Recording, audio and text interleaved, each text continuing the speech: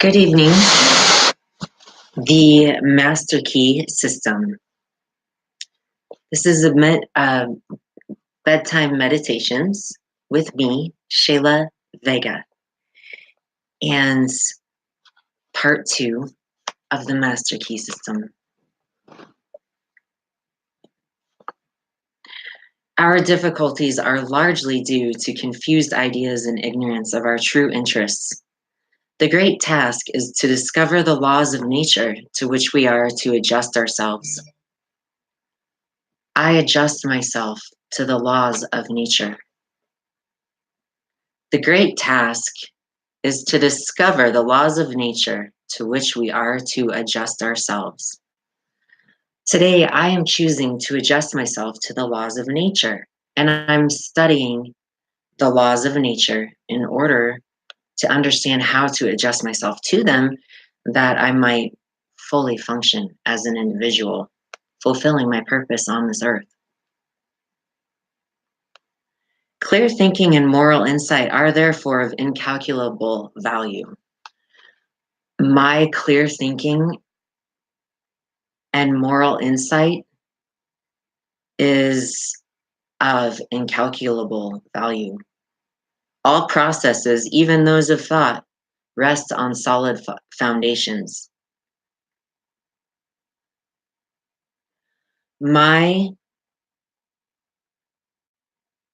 All processes, even those of thought, rest on solid foundations.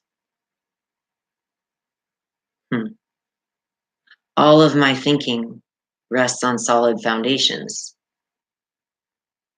The keener the sensibilities, the more acute the judgment, the more delicate the taste. The more refined the moral feelings, the more subtle the intelligence, the loftier the aspiration, the purer and more intense are the gratifications which existence yields. Hence, it is that the study of the best that has been thought in the world gives supreme pleasure. This is from the Master Key, and I'm basically every evening before bed, I will read through the Master Key System and turn all of the words into positive affirmations catered to me, because this is the book that I use when I get stuck in a rut. It's the book that I use in order to get through to the next phase and push through. It's called The Master Key System by Charles Heinel. It's in the public domain, and it's free as a PDF download, or you can look on YouTube and find an 8-hour long audio version of it. You can also order a copy. And if you're watching this video right now, what I'm doing is I'm going through the Master Key System, and then I'm turning everything I read into a positive affirmation.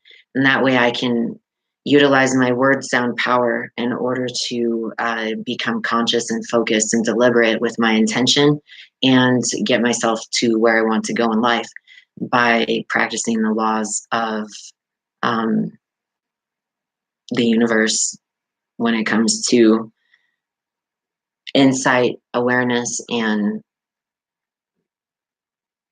manifestation, going on your path, on your journey, wherever that is, whatever it is. There's ways to access supernatural guidance along the way, and there's ways to access the laws of the universe in a way that some people think is supernatural, but it's really just the laws of nature. So we can figure out how to utilize that as humans that are conscious. This book shows you how to do it, and we're going through it. We're in part 2. My name is Shayla Vega. I just went off on a rabbit trail for y'all, but I really want to encourage everyone to go do their reading on this and get the book and listen to it, or just listen to my channel, because I'm going to go through a chapter every day or two, or however often I can. Tonight we're going through actual chapter 2. All right, I'll shut up now. The ability to receive, Thought is energy. Active thought is active energy. Concentrated thought is concentrated energy. Thought concentrated on a definite purpose becomes power. This is the power which is being used by those who do not believe in the virtue of poverty or the beauty of self denial. They perceive that this is the talk of weaklings. That's pretty harsh, but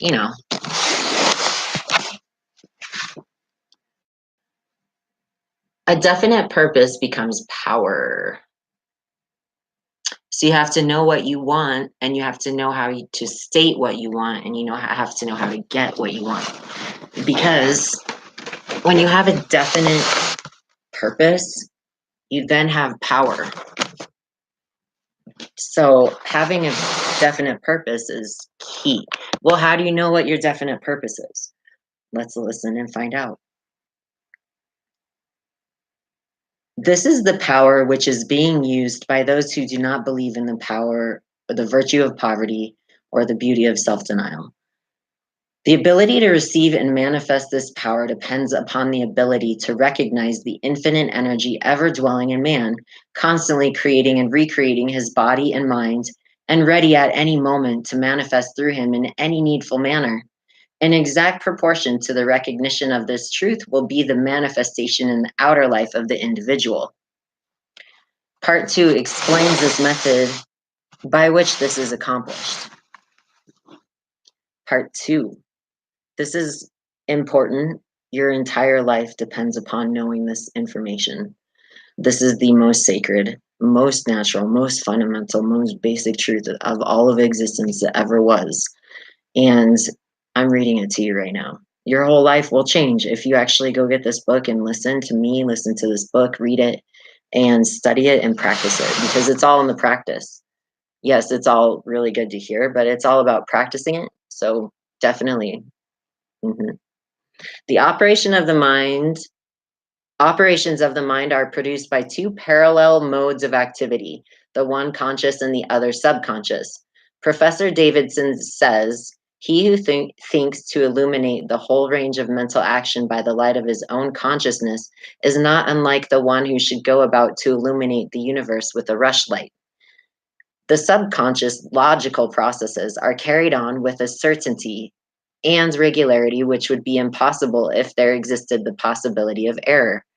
Our mind is so designed that it prepares for us the most important foundations of cognition, whilst we have not the slightest apprehension of the modus operandi. So my mind is designed that it prepares for me the most important foundations of cognition, of understanding, overstanding. I have not the slightest understanding of how that is exactly. I just know it's true.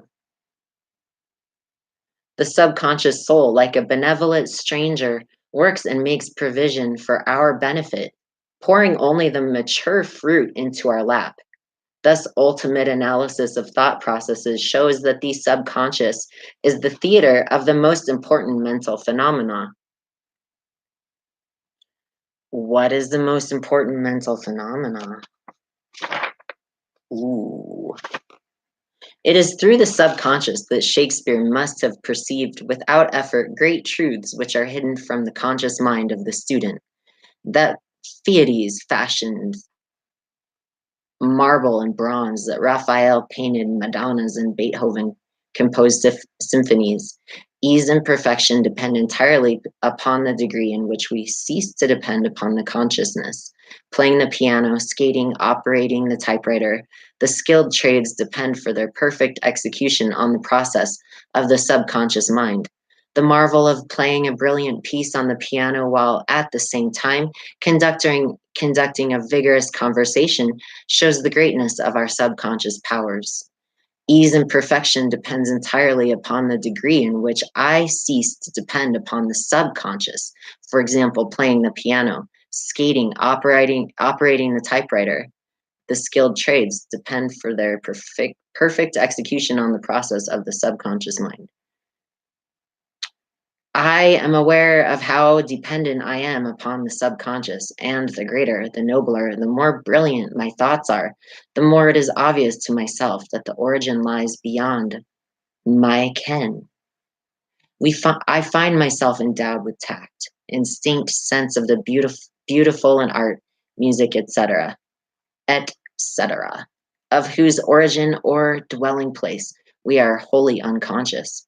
The value of the subconscious is enormous. It inspires me, it warns me, it furnishes me with names, facts, and scenes from the storehouse of memory. It directs my thoughts, tastes, and accomplishes tasks so intricate that no conscious mind, even if it had the power, had the capacity for. I can walk at will. I can raise my arm whenever I choose to do so.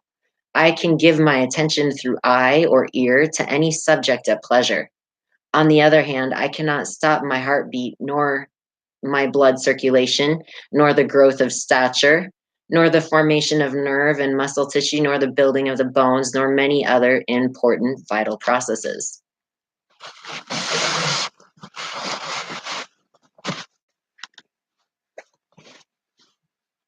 If I compare these two sets of actions, the one decreed by the will of the moment and the other proceeding in majestic rhythmic course subject to no vacillation but constant in every moment, I stand in awe of the latter and ask to have the mystery explained.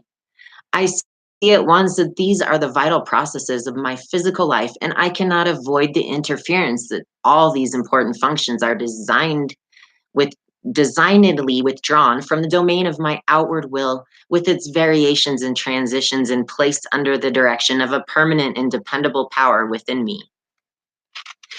Of these two powers, the outward and changeable has been termed the conscious mind or the objective mind dealing with outward objects. The interior power is called the subconscious mind or the subjective mind, and besides its work on the mental plane, it controls the regular functions which make physical life possible. It is necessary for me to have a clear understanding of their receptive functions on the mental plane, as well as of certain other basic principles. Perceiving and operating through the five physical senses, the conscious mind deals with the impressions and objects of the outward life. It is the faculty of discrimination carrying with it the responsibility of choice. It has the power of reasoning, whether inductive, deductive, analytical, or syllogistic, and the power may be developed to a high degree. It is a seat of the will with all the energies and flow therefrom. Not only can it impress other minds, but it can direct the subconscious mind. In this way, the conscious mind becomes the responsible ruler and guardian of the subconscious mind. It is this high function which can completely reverse conditions in your life. It is often true that conditions of fear, worry, poverty, disease, inharmony, and evils of all kinds dominate us by reason of false suggestions accepted by the unguarded subconscious mind. All this, the trained conscious mind can entirely prevent by its vigilant protective action. It may properly be called the watchman at the gate of the great subconscious domain. All right, all my Christian friends, what's the scripture that says that the you have to take every thought captive and the watchman on the wall?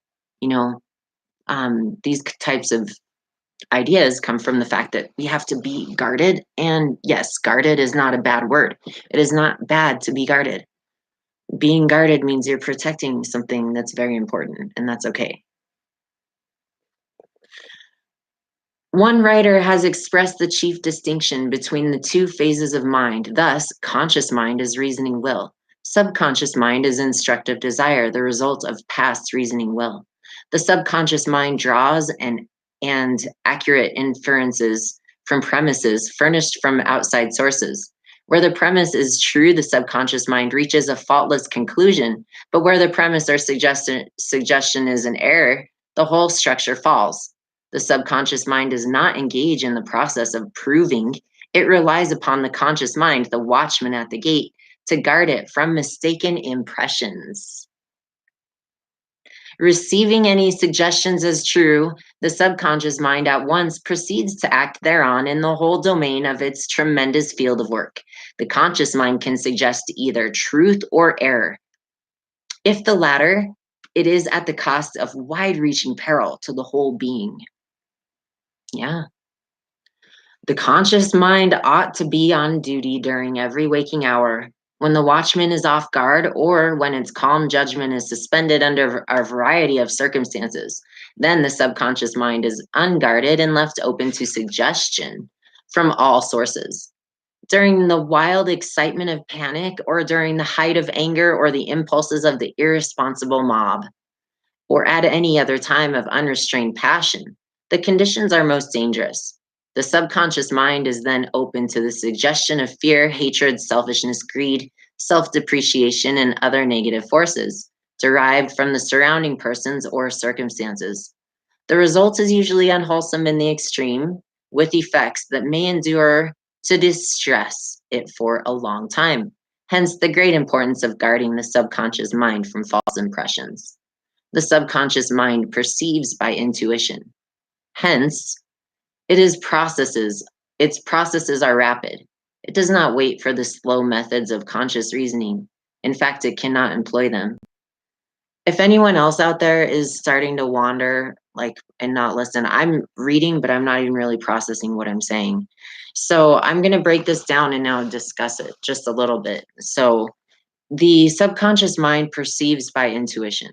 So we have a few different layers of awareness in the body. We have what we know, what we like. I can make my fingers work like this. What's subconscious is like the the function of my heart, I guess. Not really necessarily. That's not subconscious, but yeah, my body knows how to do that without me thinking about it. I know how to ride a bike without thinking about it. I know how to like swim without thinking about it, even though I suck at swimming and I don't like doing it. I know how to do it without really having to be like, all right, okay, I take that back. Swimming, I actually do have to really sometimes focus on my breath and stuff like that so I don't swallow water. So, but yeah, never mind. But yeah, we do. We have our subconscious mind and our conscious mind. And over time, what happens is we kind of like develop a way to understand what's real, what's reality is by first our thinking, and then things get kind of programmed into our subconscious mind over time. And how this happens is really interesting. It's really important to kind of grasp because when we talk about intuition, like a lot of people say they're like intuitive. Well, what does that mean? The subconscious mind perceives by intuition. So if someone has an intuition about something, you don't necessarily like always if you have intuition about something, you don't always necessarily go through the process of reasoning it. You just know it. You know what I mean? Like, and that goes with a bike, that goes with writing playing a piano. Once you learn it, you get it. So there's certain things that we just kind of get, and we do have intuition. The subconscious mind never eats, never sleeps, never rests. And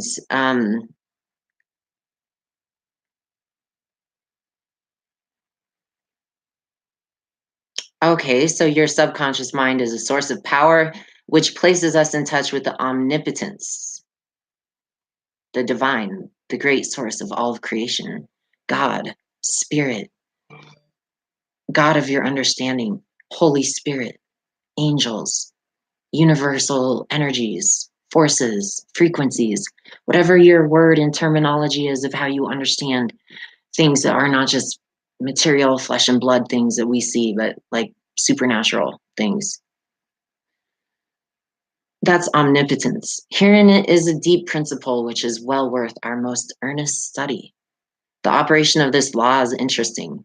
Those who put it into operation find that when they go out to meet the person with whom they anticipate a difficult interview, something has been there before them and dissolved the supposed differences.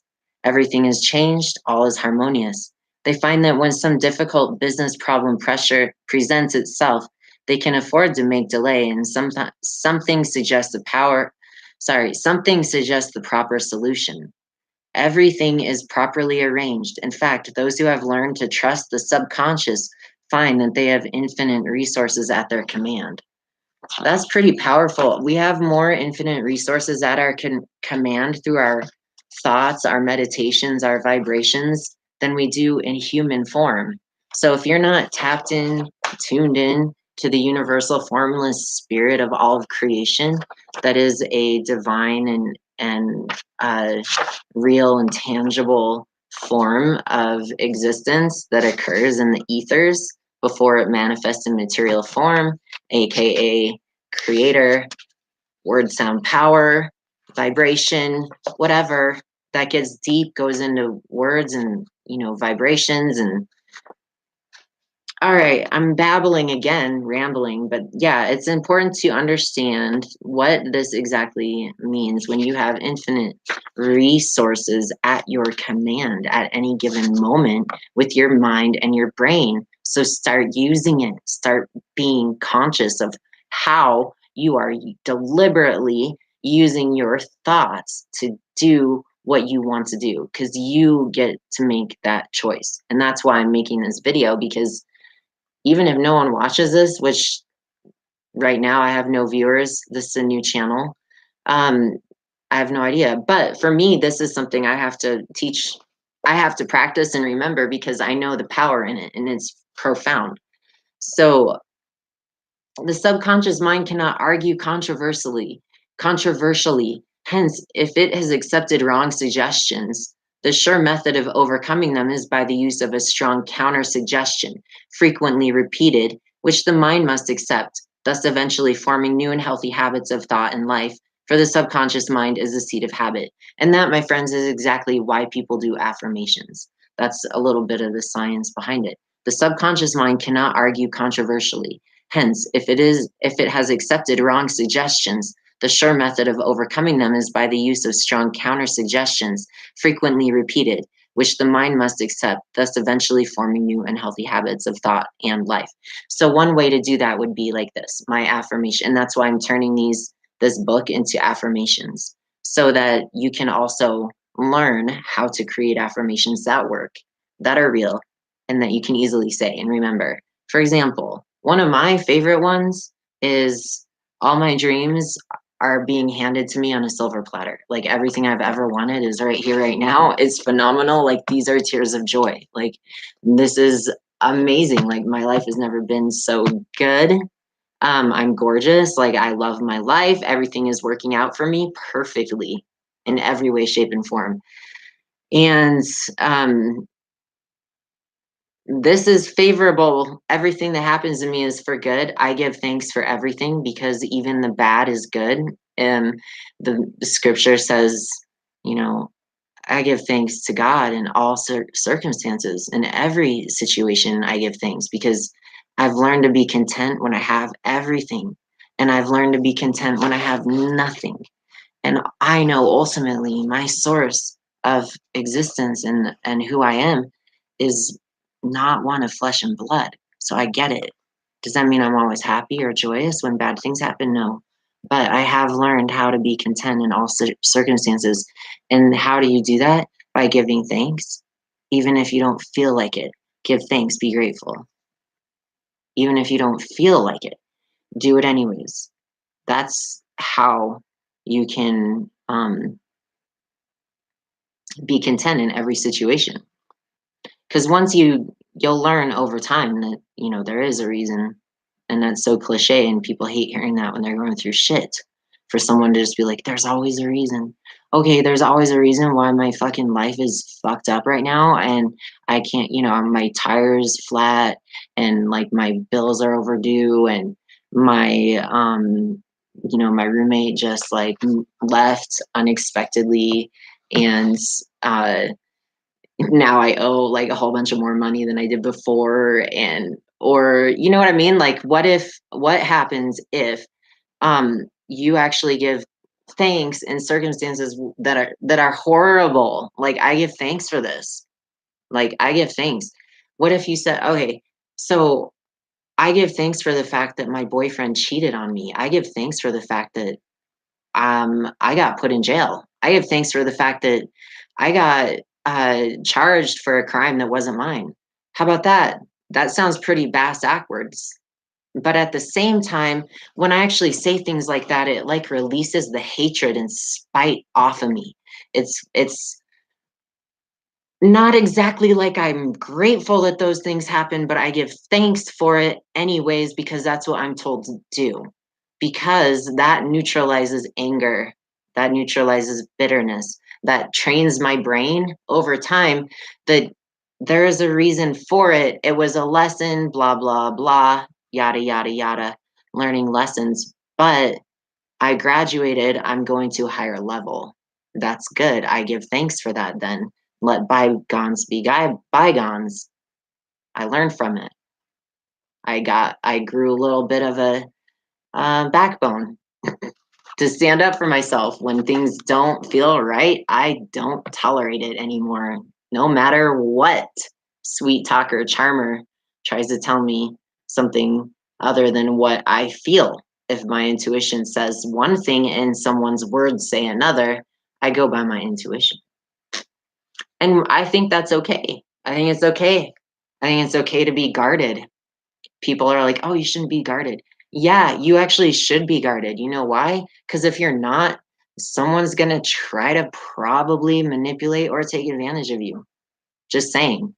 I mean, if you have a valuable empire and a palace, which your heart is, if it's not guarded, you know, if you don't guard what's the most valuable and precious thing you have, what what else would you do? Just go, think about I don't know, the queen and king or some, famous people who have big ass, huge luxury mansions and all kinds of wealth, like and wealthy things and cars, and they're famous and people like, paparazzi and all that kind of shit.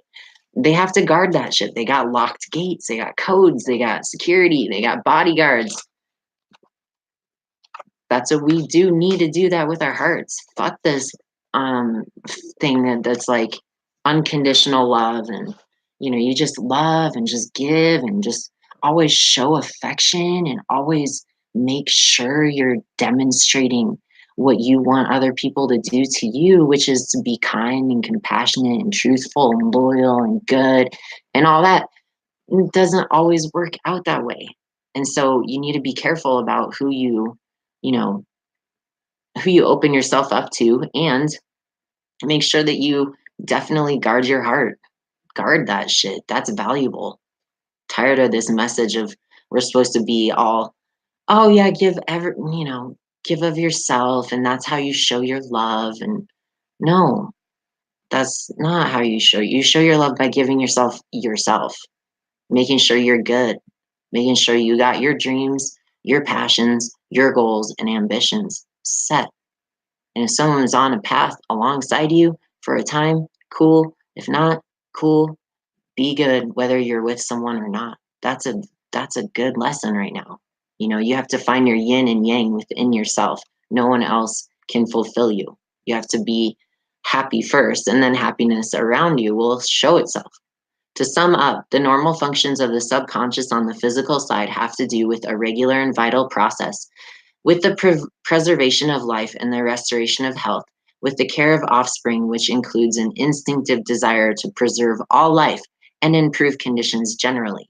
On the mental side, in the storehouse of memory, it harbors the wonderful thought messengers who work unhampered by time or space. It is the fountain of the practical initiative and constructive forces of life. It is the seat of habit. Now, I personally really like that concept of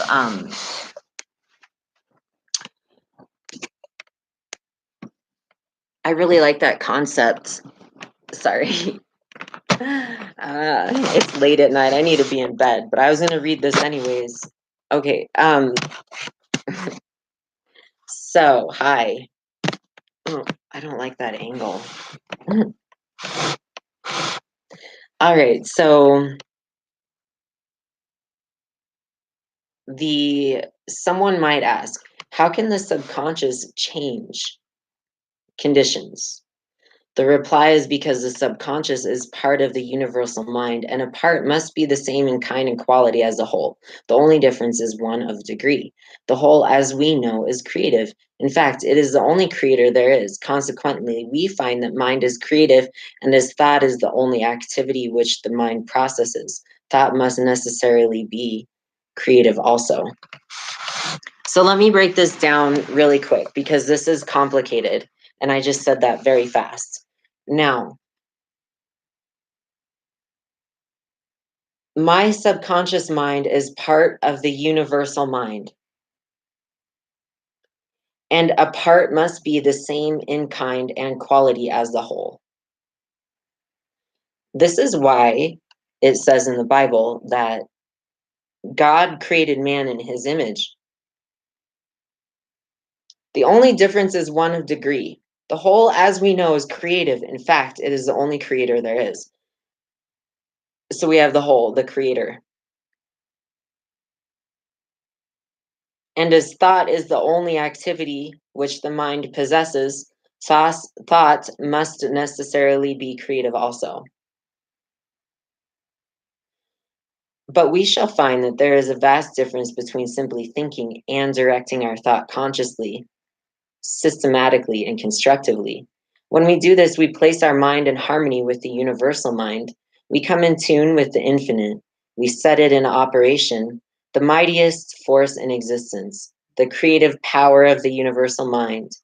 This, as everything else, is governed by natural law, and this law is the law of attraction, which is that mind is creative and will automatically correlate with its object and bring it into manifestation. So you'll hear about the law of attraction all over from everything. Many people have seen The Secret and all this. Many people don't know what it is, but the law of attraction is this.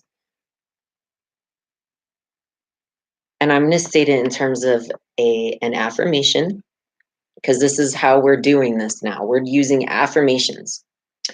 All right. My mind is creative and it automatically correlates with its object and brings it into manifestation. Last week, we had an exercise. Every week, we're going to be doing exercises together. And that's why I'm reading this book right now, because now we're on part 2, because we just went through week 1. And so part 2 is last week I gave you the exercise, which I haven't actually given you the exercise. You're supposed to read the book. So if you didn't, you need to go read that, but I'll review it here. For the purpose of securing control of the physical body. If you have accomplished this, you are ready to advance. Okay, so the assignment this time, okay, so you begin in a room, in a chair, in the same position, in the same place, if possible, where it's convenient, where you can be comfortable. You simply sit down, make the best use of your time and your space and your energy, and be very still. Inhibit all of your thoughts. And as you're doing this, you will this will give you control over thoughts of care, worry, and fear, and will enable you to entertain only the kind of thoughts you desire.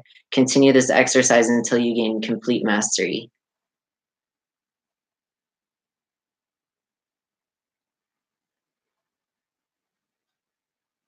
Now, if you didn't go through last week and you didn't do the meditation last week, you can't do this one. It doesn't make sense unless you go read the first one. And that's your assignment. I'm not going to spoil that. You're going to have to do that. It's part 1 of the Master Key System. And I'm going to end this with a quote from James Allen. Cause and effect is as absolute and undeviating in the hidden realm of thought as in the world of visible and material things. Mind is the master weaver, both of the interior garment of character and the outer garment of circumstances. By James Allen. You guys are awesome. I'm Shayla Vega signing off. Good night. Bye.